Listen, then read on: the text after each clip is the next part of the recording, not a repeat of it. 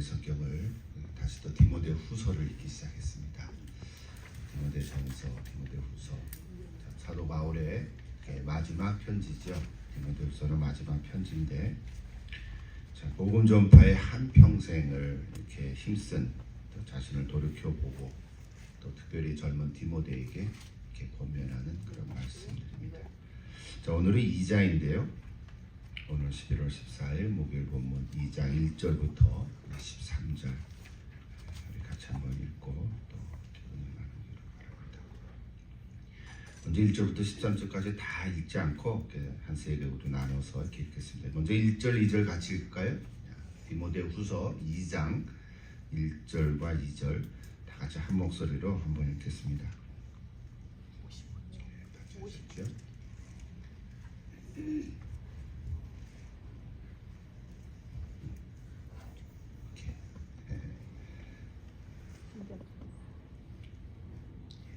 디모데후서 2장 1절 같이 읽습니다. 내 아들아, 그러므로 너는 그리스도 예수 안에 있는 은혜 가운데서 강하고 또 네가 많은 증인 앞에서 네게 들은 바를 충성된 사람들에게 부탁하라. 그들이 또 다른 사람들을 가르칠 수 있으리라. 비록 두 절이지만 이것이 오늘 디모데후서 2장 본문의 핵심이라고 말할 수 있습니다. 바울이 기대하는 디모데는 어떤 일꾼일까? 지난주에도 일꾼에 대한 얘기를 좀 했는데요. 이 마지막 때에 감당할 일꾼의 자격은 뭘까? 이런 질문들을 좀 생각하게 됩니다. 특별히 지금 디모데는 에베소 교회에 가서 목회를 하고 있거든요. 근데 에베소 교회라는 게 지역이 험난한 지역이고 참 어려운 그런 지역인데, 그래서 그 에베소에서 타협하지 않고 참 지도자로서 복음을 전하려면 어떤 각오가 필요할까? 이런 생각들을 이렇게 하면서 바울이 이렇게 편지를 썼다고 생각합니다. 바로 오늘 본문에서 구체적인 비유를 또 제시하기도 하면서 그 그림을 보여주고 있는데요. 먼저 1절, 2절을 보면 바울이 디모데에게 그 사명감을 고취시키기 위해서 두 가지를 부탁하고 있죠. 첫째는 뭐예요? 내 자신을 위해서 하나님 안에, 하나님의 은혜 안에서 강해지라, 이런 얘기를 하겠죠. 또 하나는 충성된 다른 사람에게 복음을 부탁하라. 이거 두 가지라고 볼 수 있어요. 그래서 오늘도 제목 보니까 강해지라, 부탁하라 이렇게 정해놨는데, 어쨌든 먼저는 내가 하나님의 은혜 가운데 거해야 합니다. 그렇죠. 내가 다른 사람들을 가르치고 다른 사람들을 인도하기 전에 먼저 내 자신이 준비되어야 되는 거죠. 그 준비된 핵심 중에 오늘 하나가 뭐냐면 하나님의 은혜 안에 강해져라, 그런 거죠. 나를 부르시고 또 나를 구원하시고 나를 보내신 모든 것이 다 하나님의 은혜다. 여러분 그런 찬양 잘 아시죠? 모두 다 하나님의 은혜입니다. 이렇게 우리가 고백을 합니다. 특별히 고린도전서 15장 10절, 저 참 좋아하는 구절 중에 하나인데요. 나의 나된 것은 뭐예요? 다 하나님의 은혜로 된 것이라 그랬습니다. 자, 우리가 누구를 비교할 수도 없죠. 우리 한 사람 한 사람 다 귀하고 독특하니까 우리가 비교를 하면은 열등감 아니면 우월감에 처하게 되는데, 그거는 하나님이 주시는 의식이 아니죠.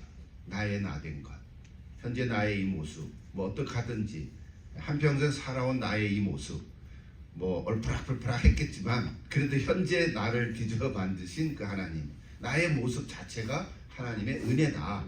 여러분 이 고백을 잊어버리면 안 됩니다. 어떨 때는 옆에 보면은 좀 부럽기도 하고 또 저쪽에 보면 또 우습게 보이기도 하고 이럴 수 있거든요.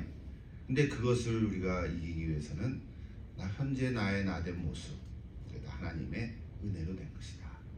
여러분의 의식을 꼭 잊지 않기를 기도합니다. 바울만의 고백이겠어요. 오늘 저와 여러분의 고백일 줄로 믿습니다. 내 삶의 상황이나 형편이 어떠하든지 다 하나님의 은혜로 된 것이다. 잘 되고 일이 순조롭게 되는 것일 수도 있고요. 그럴 때는 또 내가 잘나서 된 줄 알고 또 이렇게 뻑일 수도 있잖아요. 그것도 아니고, 또 반대로 일이 풀리지 않고 어떤 힘든 상황이 계속 된다고 해도 그것 때문에 또 낙심할 수는 없어요. 왜? 그것 자체도 하나님의 은혜로 나를 인도해 가시는 거기 때문에.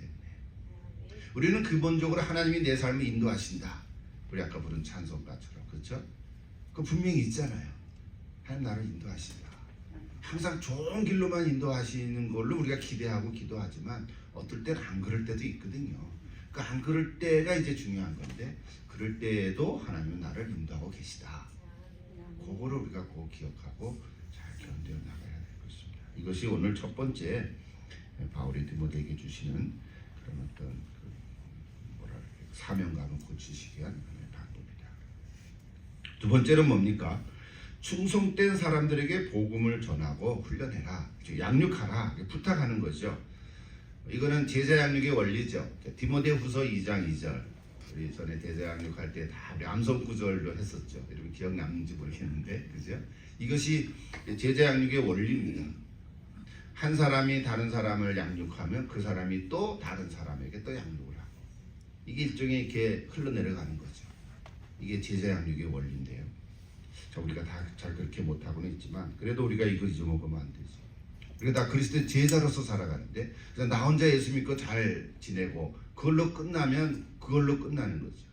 그것이 아니라 적어도 내가 다른 사람을 말씀으로 또 가르치고 양육하고 또 이렇게 제자로 삼아가야 돼요. 그것이 오늘 이렇게 중요한 원리입니다.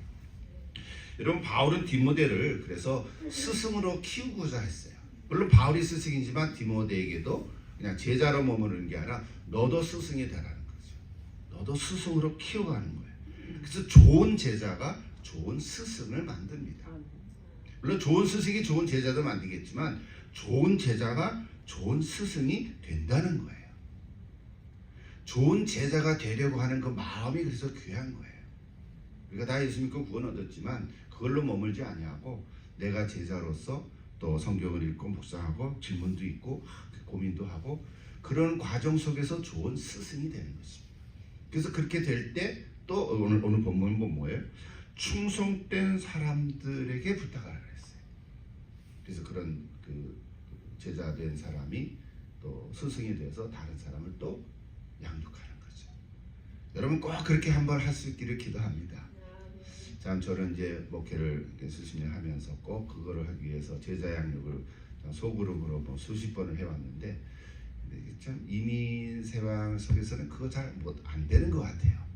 교회 시스템이 그렇게 좀 만들어가야 되는데 만들라 그러면 또 반대가 있고 또 이렇게 세워가려 그러면 또 이게 허물어지고 이게 참 너무 속이 상했어요.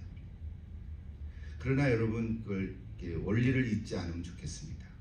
여러분 자신이 이제 또 다른 사람을 또 양육하고자 하는 그런 마음을 잃지 않았으면 좋겠습니다. 그래서 바울은 디모데가 다른 사람들을 지도자로 세울 만큼 강해지고 그래서 또 그 지도자들이 또 다른 제자들을 세워가지고 신앙 공동체가 건강하게 자라기를 부탁하고 있는 것입니다. 그래서 이제 오늘 1절, 2절의 얘기죠. 오늘 본문은 이걸로 다 된 것 같아요. 근데 이제 3절부터 쭉 읽어보면 구체적으로는 어떻게 해야 되나 이제 그 구절을 얘기하고 있거든요. 그래서 3절부터 7절까지 또 한번 읽어보십시다. 뭐 10절까지인데 일단 7절까지 그 3절부터 7절까지는 세 가지 비유를 얘기하고 있죠. 같이 또 읽을까요? 3절 너는 그리스도 예수의 좋은 병사로 나와 함께 고난을 받으라. 병사로 복무하는 자는 자기 생활에 얽매이는 자가 하나도 없나니 이는 병사로 모집한 자를 기쁘게 하려 함이라. 경계하는 자가 법대로 경계하지 아니하면 승리자의 관을 얻지 못할 것이며 수고하는 농부가 곡식을 먼저 받는 것이 마땅하니라. 내가 말하는 것을 생각해 봐라. 주께서 범사에 네게 총명을 주시리라. 그렇죠. 이거는 이제 비유죠. 뭐 여러분 쉬운 비유예요. 다 이해할 수 있어요. 뭐 특별한 설명은 필요 없었죠. 그렇죠. 첫째는 뭐예요? 군사의 비유죠. 뭐 그 비유가 아닐 수도 있죠. 우리 그리스도의 제자인데 그래서 군사로 된다. 뭐 이렇게도 좀 말씀을 전할 수도 있겠지만 두 번째는 경계하는 자, 선수의 비유죠. 세 번째는 농부의 비유입니다. 자, 그리스도의 군사는 어떻게 하라는 거죠? 자기 생활에 얽매이는 사람이 없다. 왜? 군인으로 부르심을 받은 사람은 다 군대에 복종하죠. 여러분 군대 안 갔다 와서 잘 모르지만 내 멋대로 하는 게 좀 편하죠. 근데 군대에 일단 들어가면 얼마나 그냥 힘든지 몰라요. 머리도 빡빡 깎고 자기 옷 다 벗고 그 군대에서 주는 옷 입고 그냥 막 이게 일부러 그렇게 하는 것 같아요. 처음에는 훈련할 때는. 그래서 사회에서 생활하는 거 다 잊어먹으시야 막 이제 그런단 말이에요. 근데 나중에 그 이제 조교를 보면 새파랗게 젊은 애들이야. 근데 그게 훈련시키는 거죠. 다 잊어먹고 이제 군기 정신을 가지라고. 그리고 이제 자대에 배치가 되면 또 이제 자유롭게 생활을 하긴 하죠. 그럼에도 불구하고 군인이라는 자체는 뭐예요? 군대에 복종하는 거죠. 이게 책임이죠. 절제하고. 그게 이제 아마 대표적인 그런 어떤 자질이라고 볼 수 있습니다. 근데 이것을 뭐랄까요? 명령을 따르지 않는 걸 뭐라 그래요? 명령 불복종이라고 해요. 명령 불복종이면 그 한 사람만 야단해야 되는데 군대도 안 그런 것 같아요. 한 사람이 잘못하면 어떻게 해요? 단체 기합을 받아. 그거 굉장히 억울하죠. 근데 단체 기합을 받으면서 뭐가 생깁니까? 전회가 생기는 것 같아요. 여러분 이건 지금 비유로 얘기한 거죠. 그러니까 바울이 디모데에게도 우리 교회 공동체도 마찬가지인 것 같아요. 우리 가정도 그렇고. 그러니까 한 사람이 잘못하면 공동체 전체가 책임을 지는 것과 똑같은 거죠. 두 번째 비유는 뭡니까? 선수, 경기하는 자. 이것도 뭐 당연하죠. 법대로 하지 않냐면 승리할 수 없죠. 100m 달리기 하는 사람이 자기 레인을 지키지 않고 옆에 레인이 빠르다고 글로 싹 가면 어떻게 됩니까? 실격이야. 실격이 되죠. 또 이렇게 릴레이 하는 사람이 그 다음 선수한테 그 바톤을 넘겨주잖아요. 그 바톤을 넘겨주는데 순간 떨어뜨려서 그럼 어떻게 돼요? 그냥 갈 수가 없어요. 다시 주워가지고 가야 돼요. 시간이 늦더라도. 그게 규칙이고 원칙인데요. 뭐 이렇게 따르면 온갖 스포츠의 규칙이 다 다양하게 있습니다. 다 그 규칙대로 경기를 하는 거죠. 그 규칙을 어기면 어떻게 해요? 아무리 금메달 땄더라도 나중에 알려지면 그 이제 취소하게 되죠. 그런 거 종종 가끔 보죠. 예. 똑같아요. 우리 믿는 사람의 삶도 이렇게 법대로 해야 된다. 이게 법이라는 것은 뭐예요? 하나님 말씀대로 해라 그런 거죠. 신앙생활도 내가 생각하는 대로 내 멋대로 내가 하고 싶은 대로 하면 그 신앙생활 제대로 하지 못할 거 아니겠어요?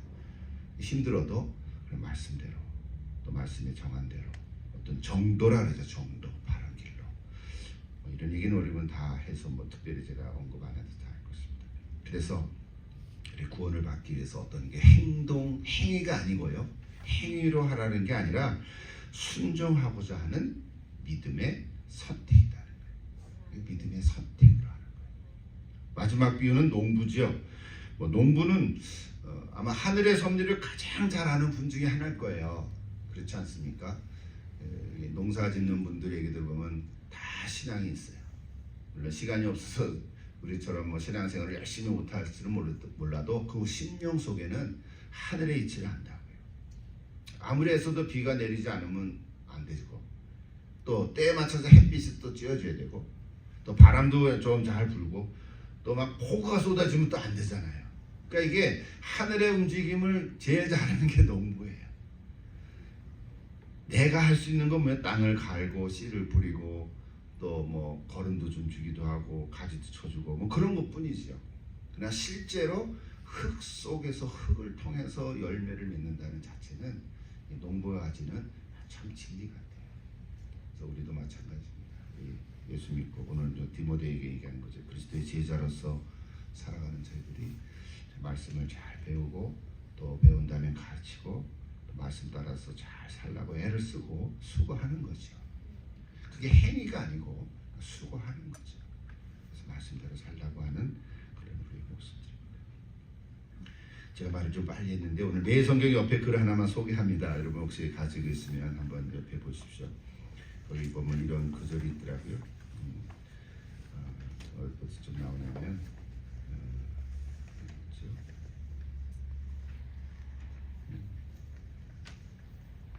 거기 3절에서 7절 사이에 중간에서 네 번째 줄이 글이 있더라고요. 예. 야망보다 사명에 헌신하고 그렇죠. 예. 우리 목사도 잘못하면 자기 야망을 쫓아갈 수도 있어요. 그는 멋있어 보이지만 나중에 이렇게 열매가 없어요. 야망보다는 사명에 헌신하고 실리보다는 진리를 선택하고 하나님의 보상만을 바라면서 수고로움을 자처하고 감내하는 것이 복음 전도자의 자세입니다. 그랬어요. 글이지만 여러분 이렇게 좀 이렇게 생각해 보는 거예요. 오늘 저와 여러분도 다 이런 삶으로 살아가기를 이렇게 기도하고 축복합니다. 근데 한 가지 더, 이렇게 믿음의 선택을 하면서 살려고 할 때 뭐가 따라오냐 하면 고난도 따라오는 거죠. 그것이 이제 8절부터 10절인데 같이 한번 또 읽어보십시다. 8절. 내가 전한 복음대로 다윗의 씨로 죽은 자 가운데서 다시 살아나신 예수 그리스도를 기억하라. 복음으로 말미암아 내가 주인과 같이 매이는 데까지 고난을 받았으나 하나님의 말씀은 매이지 아니하니라. 그러므로 내가 택함 받은 자들을 위하여 모든 것을 참음은 그들도 그리스도 예수 안에 있는 구원을 영원한 영광과 함께 받게 하려 함이라. 이거 뭐 그냥 3절부터 쭉 같이 한 묶음이지만 제가 따로 이렇게 구절을 보면, 구절 다시 한번 읽어봅시다. 복음으로 말미암아 내가 죄인과 같이 매이는 데까지 고난을 받았으나 하나님의 말씀은 매이지 아니하니라. 이 구절을 좀 따로 얘기하려고 그런 거예요. 여러분, 사도 바울이 고난을 많이 받았죠. 여기서 말하는 고난은 일단 육체적인 매임을 의미합니다. 이게 매임이라는 단어를 썼잖아요. 이렇게 얽혀맸다는 거예요. 육체적으로 얽혀맸다는 거면 옥에 갇히기도 하고, 그러니까 자유를 잃어버린 거잖아요. 옥에 갇히기도 하고 자유를 제한받는 거고, 혹은 병으로 고통 중에 있는 것도 다 이게 매임을 다는 거죠. 내가 자유롭게 걸어가지 못하고 뭐 힘을 내지 못하고, 이게 다 매이는 거거든요. 여러분도 혹시 육체적으로 매인 분들이 혹 있을 수 있어요.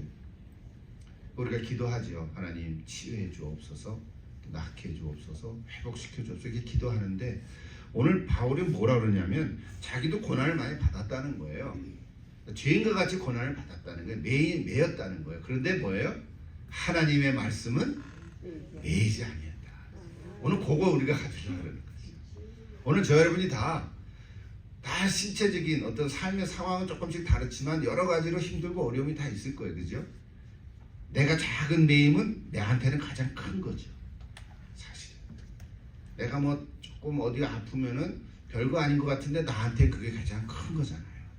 그러니까 다 이게 매임이 있다고요. 우리 가운데 뭐 어떤 가정 속에서도 사람의 매일 수도 있고요. 그러나 오늘 여기 하나님의 말씀은 매이지 아니하니라. 여러분 다 이렇게 되기를 축복합니다. 오늘 이것 때문에 우리가 이렇게 열심히 살아가는 거예요. 우리 인생이 다 어떤 면에서는 매여져 있는 것도 있겠지만 그것 때문에 우리가 낙심할 필요가 없다. 오늘 여기 하나님의 말씀은 매이지 아니하니라. 아멘. 한번 같이 따라해 보세요. 하나님의 말씀은 매이지 아니하니라. 뭐 더 다시 설명 안 해도 되겠죠? 여러분, 하나님의 말씀은 매이지 않습니다. 제가 인용할게요. 로마서 8장 37절 여러분 잘 아시죠? 그러나 이 모든 일에 우리를 사랑하시는 말미암아 우리가 넉넉히 이기느니라. 하나님의 말씀이 매이지 않는다는 것은 내 삶의 어떤 고통과 어려운 상황을 말씀으로 해석할 수 있어요. 내가 왜 이렇게 어려운 가운데 처해 있나 고민이 되잖아요. 힘들고. 그럴 때 하나님의 말씀이 있으면 그 말씀으로 내 삶을 해석할 수 있어요. 아, 내 삶은 이래서 이렇게 됐구나. 이런 걸 알게 돼요. 해석할 수 있으면 어떻게 될까요? 그 상황을 극복할 수 있는 힘을 얻습니다. 그러면 평안이 있고 에너지가 생겨요.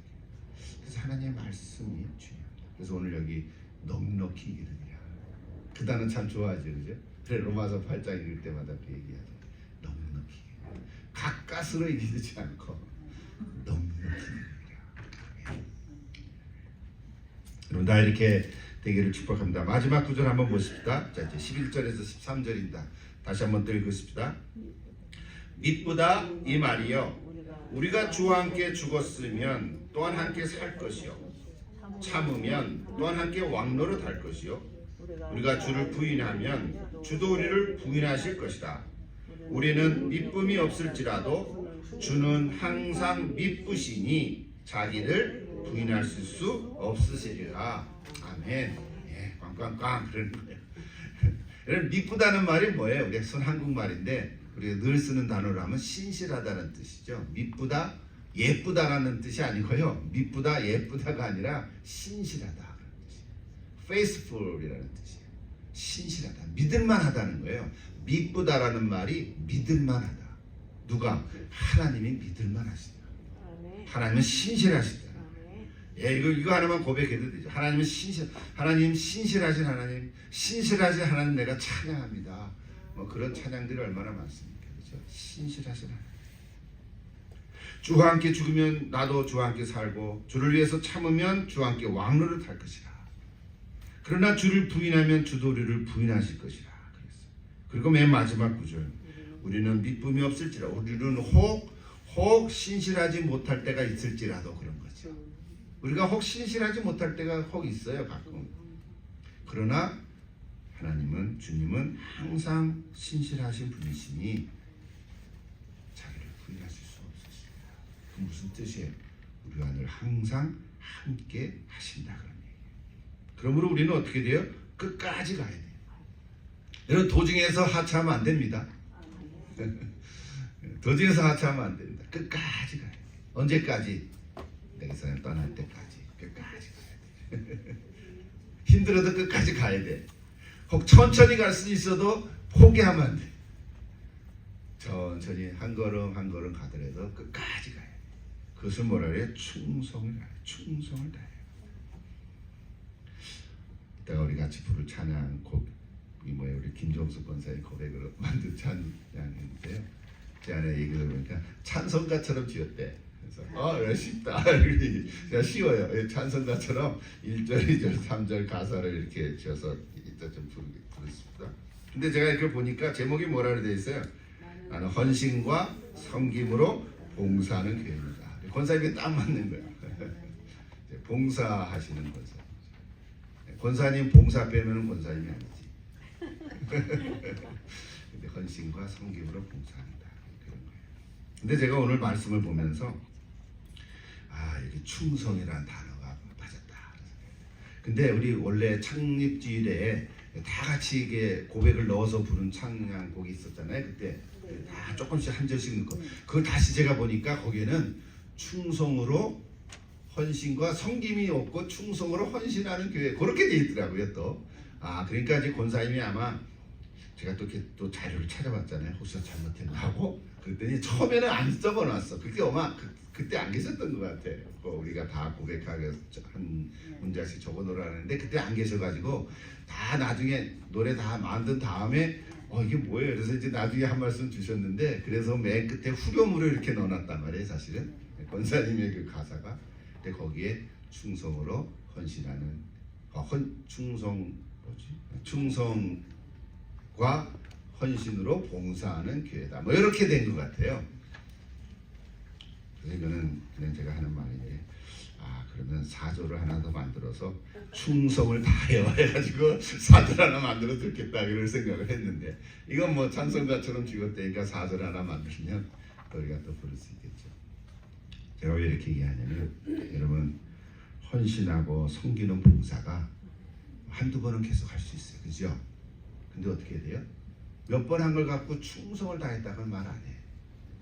끝까지 가야 돼.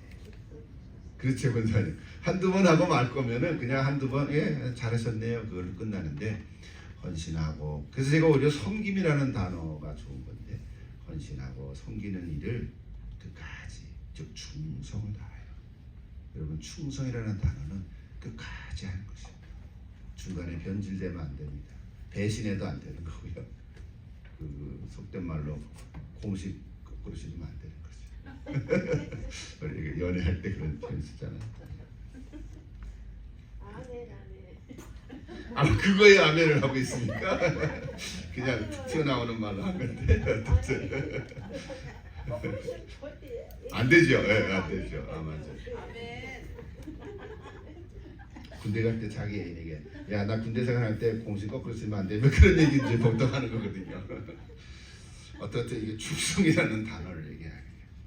여러분 충성은 변질하지 않는 마음이에요. 여기도 그렇게 썼어요. 충절이라는 단어 썼어요. 여기 매일 성경에도 보시면 그죠? 충절이라는 단어 썼어요. 그러니까 충성하고 절개를 지키는 거예요. 자기 절개를 지킨다는 게 얼마나 귀합니다. 이건 뭐 남자만 그런 게 아니에요. 여성도 절개를 지키는 거예요. 절개를 지키는 거예요. 배반하지 않는 거야. 이랬다 저랬다 하는 거야. 자꾸 생각나는데 이제 절제할게요. 여러분 충성한다는 것은 끝까지 갈 수 있는 겁니다. 어떤 형편에 있더라도 돌아서지 않는 거예요. 여러분 그렇게 할 줄로 믿습니다. 여러분 이것이 신실한 것입니다. 그래서 여러분 충성을 다하여 헌신과 섬김으로 봉사함으로 이렇게 하니까 제목은 또 너무 길어졌으니까 제목까지 충성을 다하였을 필요는 없고 어쨌든 충성을 다하여 헌신과 섬김으로 봉사하는 오늘 저희 여러분이 다 될 수 있기를 기도합니다. 축복합니다. 그럼 다 이렇게 교회 지체들이 되기를 기도합니다. 같이 한번 기도하겠습니다.